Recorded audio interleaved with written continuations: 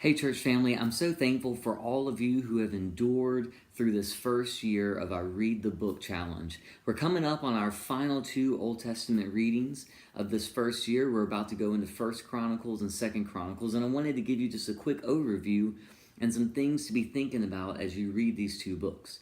First, Chronicles really is the final book of the original Hebrew Bible. It draws upon the books of Samuel and the book of Kings, really to kind of create this basic narrative. But then the Chronicles begin to add other details to present really this continuous story about God's people from Adam all the way to the end of the Babylonian exile. The book especially focuses on the kingdom of Judah. Now, it's not that it doesn't mention Israel or the northern kingdom of Israel at all, but the primary concern of the book is on the kingdom of Judah.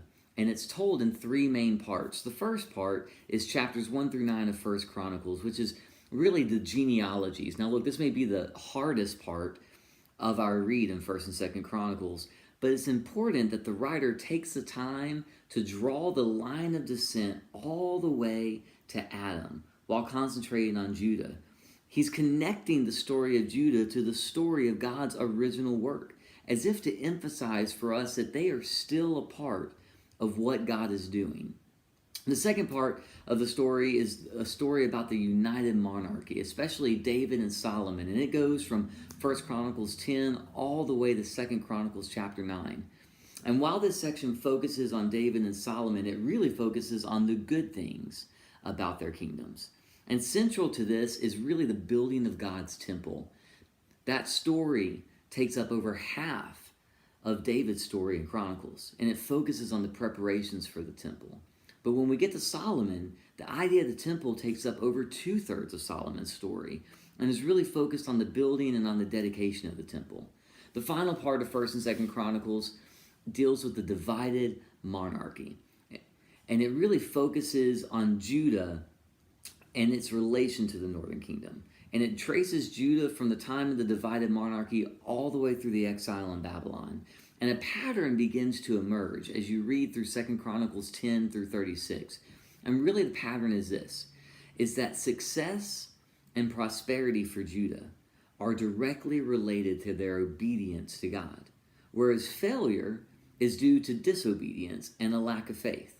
Now, as you read through both these books, 1st and 2nd Chronicles, I want you to keep a couple things in mind. First, is that they are writing in a period of major disillusionment. They're writing in a period of spiritual malaise. This is the period of Ezra and Nehemiah and Haggai and Zechariah and Malachi, where there's some really hard work going on to rebuild the Jewish people, and it's not really the smoothest road. And so in that, the purpose of this book really seems to be to shore up and to strengthen the national identity of God's people. And that's why the writer is focused on Judah. And that's why he's focused on the temple of God, because the idea is that you can't be a part of God's people without right worship of God. Finally, we're going to see a concern with the people of God rightly worshiping that I just mentioned. And you're going to notice that idea of how do we worship God is going to run all the way through the story.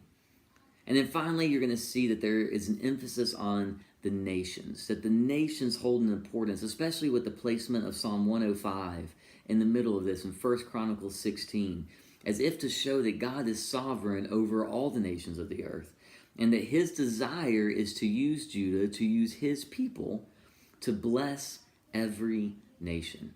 I hope you enjoyed reading 1st and 2nd Chronicles. There are going to be some parts that are going to be a struggle. Wade through them, endure, do not give up. You're going to make it, and I'm excited for us to wrap up this first year of our Read the Book Challenge and to head into year 2.